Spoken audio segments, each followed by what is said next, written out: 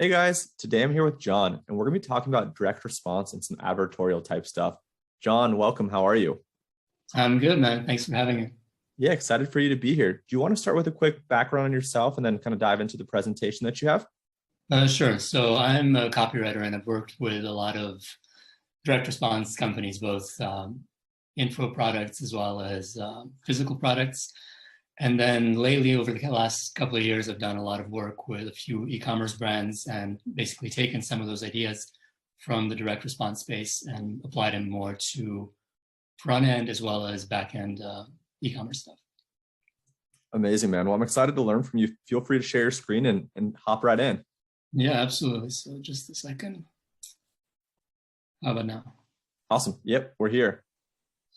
All right, so the title of this little presentation is Horror Advertorials, and the subtitle is The Future of E-commerce Front-End Funnels, but I've got a question mark at the end of it. I'm going to show you my arguments, and then you can decide whether that makes sense to you, whether you believe it.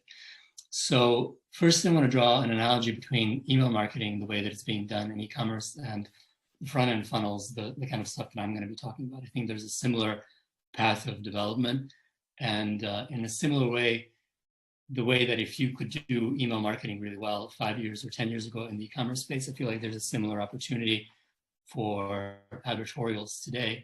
And as it keeps developing, as it keeps growing, it's going to stop being as much of an opportunity, but it's still going to be something very important, which is going to be something that you have to do to be successful. So really quickly, the way that e-commerce email marketing went, the way that I saw it, once upon a time in prehistoric times, companies weren't sending anything out. And then, 100 years ago, they started realizing that, yeah, you can send out coupons and that can really drive sales. And then eventually, we moved into this space where we have complex flows and you're trying to build a relationship, you're trying to do some marketing and selling through the emails and, even delivering value in the email itself. So rather than just, being a very transactional thing, it's becoming more of a relationship thing. And I think something similar is happening on the front end funnel side. So once upon a time, if people were running ads, they would send it straight to the offer page. And they would say, here's this amazing product, do you want it? Eventually, 100 years ago again, we figured out that, there are all of these pre-sale pages or whatever, pre-landers, whatever you want to call them, basically some sort of piece of copy that you put in between the ad and the offer page, right? And today the question is, where's that going and what's happening next? And that's basically what I want to tell you about today. So my pitch for where it's going is this thing that we've been doing, which is this idea of horror advertorials, and I'll tell you exactly what that is. It's basically dramatic first-person blog style advertorials. A few case studies. I worked with a company that I was doing basically drop shipping products, and they had at different times maybe 5 to 10 different product funnels.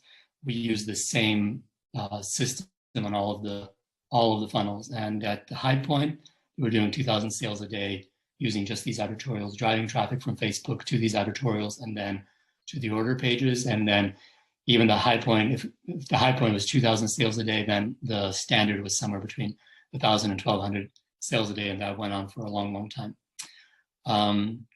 Also, we did a lot of marketing on the back end to sellers who came in through these funnels. And we compared, I could see the results of running these kinds of advertorials versus all the other types of pre-sale pages, advertorials, whatever product pages that we were seeing. All those other types of pages, at best, we would be getting 1% to 2% conversion rate. With these kinds of things, we were getting 5 to 10% conversion rate. And some of this was, of course, because we were getting, people who were coming through these funnels and they were probably reacting to this kind of marketing very well. But I still think that it's another kind of piece of the evidence to say that there's a lot going for this type of kind of in-between copy. And then one recent client that I did this for, they were using various kinds of kind of pre-sale pages, advertorials, kind of content type stuff in between the ad and in between the actual order page. And by squeezing in one of these horror advertorials in between their ad and in between their product page, they managed to scale from 2,000 a day in ad spend to 12K in profitable daily ad spend. So this stuff, again, these are kind of bits and pieces of evidence to prove that this might actually be worthwhile. Just to show you what I'm talking about, again, this is kind of the typical funnel. On the left, you have a Facebook ad. On the right, you have some sort of e-commerce product page, offer page, and in between is where this advertorial goes. Now, the funnel is very simple, and it's very similar, or it's basically the same as every kind of, let's say, modern e-commerce funnel that is using this kind of in-between piece of copy. But what is different is kind of the way that the copy is written, and you can see a little bit of a slice of this advertorial, which is actually that $2,000 to $12,000 case study. And what I want to walk you through is how this copy is different from other stuff you might see online or that you might be running inside of your own business.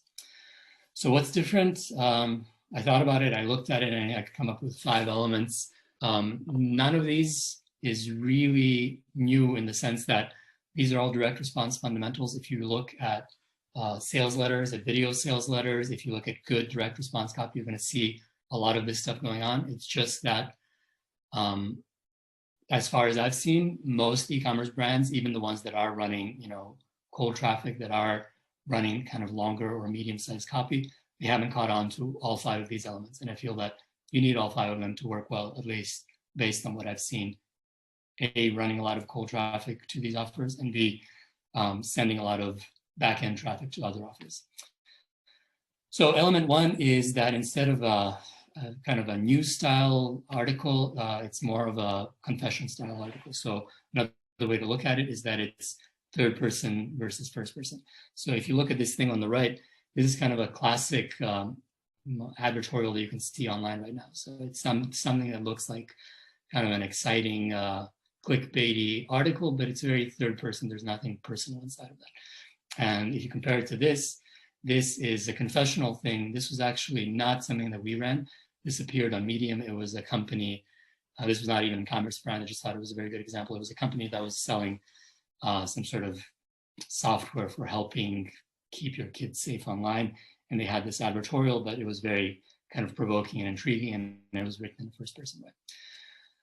Second element is that, rather than focusing on the product, you focus on the prospect. And that's a much more polite way of saying that these advertorials tend to be rather negative, rather than being very optimistic and being very cheery and saying, oh my God, I have this incredible product I want to tell you about. So this is basically saying you want to focus on the conflict that the prospect is feeling and highlight that.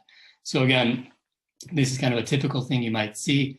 Incredible product, everybody needs this, everybody loves this, versus how I finally managed to fix my poor turtle-like posture, right? So this is very much problem-focused, and it's, again, going back to that first one, it's first-person style. Third element is that this is really where the horror advertorials that I'm talking about separate kind of from the rest of the pack, is that a lot of the advertorials that I see online, they do a lot of description. So it's a lot of talking about the problem. It's a lot of talking about the symptoms rather than kind of jumping straight into the action. So I don't know if you can read this little blurb that I have here, but it's from an advertorial that's running right now. It's kind of a version of that classic, always a bridesmaid, but never a bride thing, because the woman finds out that all these guys don't want to date her because she actually has bad breath. And this is the intro to the advertorial. And it's basically 3 paragraphs preparing you for the bad thing to happen. So she's looking to start dating. She's dating, but it's not working, but there's no story. And then compare this to this other blurb, which is actually, this is something that I wrote, and this was part of an advertorial that ran for years where we're selling dog seatbelts. And I think we sold, I don't know, maybe around $10 million worth of dog seatbelts using this advertorial. And this thing jumped straight into the story. So this woman got into an accident. The dog was scared. She was scared. They were screeching on the concrete, but they were okay because of the dog seatbelt. And then it goes into the rest of the story. So you jump straight into kind of a scene. And the way that I imagine it, or the way that I think about it when I'm writing these things, is think about TV. Because if you look at any kind of a 28-minute TV show, it's not going to have a 4-minute intro lead in. It immediately jumps into some sort of scene where, if you're watching whatever, CSI, I'm not even watching any kind of TV show anymore, it immediately jumps into some sort of dramatic scene. And then you can, once you've kind of hooked people in, then you can take a step back and give them more of the explanation of what's happening. Now, this is super critical, and I think this is really kind of what separates successful stuff from terrible stuff. Terrible stuff has all of the elements that I've talked about so far, but it is basically made up. So, don't make stuff up, or don't allow your copywriter to make stuff up. David Ogilvy, this famous Madison Avenue advertising guy, is saying the customer is not an idiot, she's your wife. And people are not idiots. They can tell if you're making stuff up. And the example that I have here is this thing that I showed earlier, which is, if you read this now, I'm not a mom, I don't have a 3-year-old kid, but this looks super fake to me. This doesn't sound like it was written by a real mom. And B, this is not a real problem, in the sense that, if you go online and if you're looking through forums where moms congregate, there are no anguish articles on vitamins that are 15 grams of sugar instead of 5 grams of sugar. It's not a real problem. Moms are not complaining about this. And if they are, they're definitely not saying stuff like this, like, that's why, as a responsible parent, I do everything I can to make sure my child has a balanced diet. Parents don't talk like this, right? And then compare this to a little bit of a slice of this advertorial that I showed you at the start, which is selling a very similar product, a vitamin for kids, a healthy vitamin for kids. This worked really well. Like I said, it allowed them to scale the offer 6 times, or 6 over what they were doing before. And this is basically taken, these are words that these moms were actually using on these moms forum. This was to do with a real problem that these moms were seeing. This was a problem that this was something that a woman who has a kid might genuinely stay up at night and have, nightmares about. So if your kid is having tantrums at the store, if you can't control your kid, if you feel that, you are a parent who is failing her kid and you don't know what to do, these are genuine problems. And these are what these moms are talking about. They're looking for solutions. And if you can have a solution that in some way legitimately ties into that, the way that, some sort of nutrition help can, then if you feed those words back to the audience, it's much, much more powerful, and it feels real, and people get sucked in. And then the final point is that this thing that I call premature revelation, which is that, again, marketers and copywriters are really, really eager to talk about their solution, and again, this goes back to not really understanding the market and not really doing adequate research.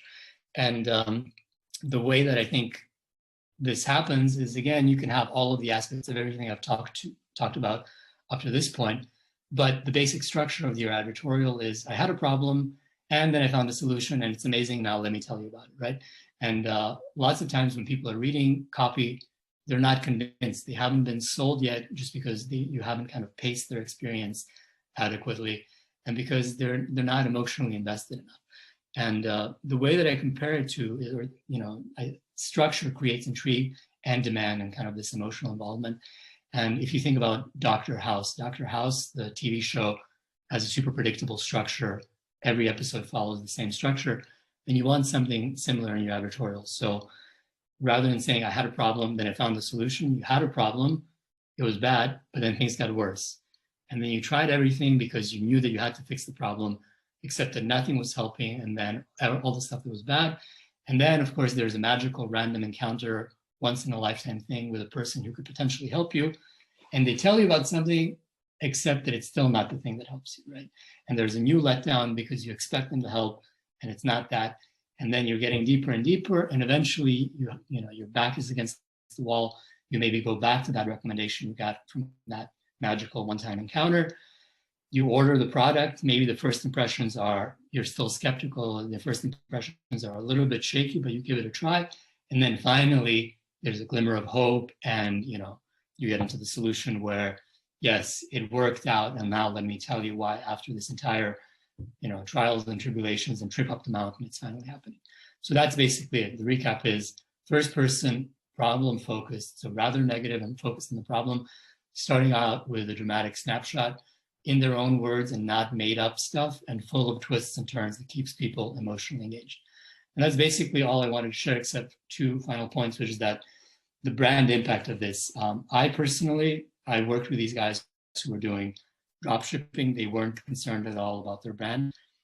we were not getting any kind of blowback from the marketplace about these advertorials, but I always felt that it was kind of this thing that, companies do if they're really comfortable doing direct response marketing, if they're not super concerned about building their brand first. But again, recently I've had some experience working with companies that have a very clean brand, that have kind of a very good relationship with their brand. And they ran this kind of same kind of thing, the one that I showed you at the start. And here are some of the comments from the actual ad that was driving people to that advertorial. And universally, they were either generic Facebook comments saying interesting or whatever, you should see this, or a few of them were, okay, this was really cool information, can I find out more, and so on. So there was no blowback in terms of people saying, I can't believe that you're running this kind of overly dramatic copy that is not talking about the product, but it's trying to manipulate people by talking about their problems. And so to wrap it up, so this, I think one way or another, I think is going to be the future of e-commerce in terms of acquisition campaigns in the front end. And again, to kind of wrap up that the email to the front end funnel analogy, if you went back maybe 10 years, you had a lot of smaller companies who were just selling products. And if you told them, you should run email campaigns, you should send emails regularly to people who sign up, you should maybe even email daily, or at least, regularly, people would say, who wants to hear from a company that is selling, I don't know, dog seat belts, for example. And it turns out that a lot of people do want to hear from a company if you're offering valuable information, if you are helping them out, if you're creating some sort of connection and relationship. And similar thing, I think, with these front-end funnels. So, who wants to read dramatic stories about their own problems? And again, it turns out a lot of people do. It works really well. And I think, again, this is my argument, that either this or some sort of proven thing that's already proven itself in kind of the direct response space, in the very competitive niches, the sales letters and the VSLs that are running hyper-competitive weight loss type stuff or make money online stuff. You don't want to have necessarily those kinds of customers. You don't want to have those ads, but a lot of those ideas are really good. And I think a lot of them will come to the e-commerce world. So that's basically it. Dude, this was fantastic. I'm super intrigued. This is super interesting. I can't wait to actually get this interview live. So thank you so much for being here. This was awesome. I had no idea what to expect, and you crushed it. So thank you. Best way or ways for people to find you online? How can people get in touch? How can people follow your journey?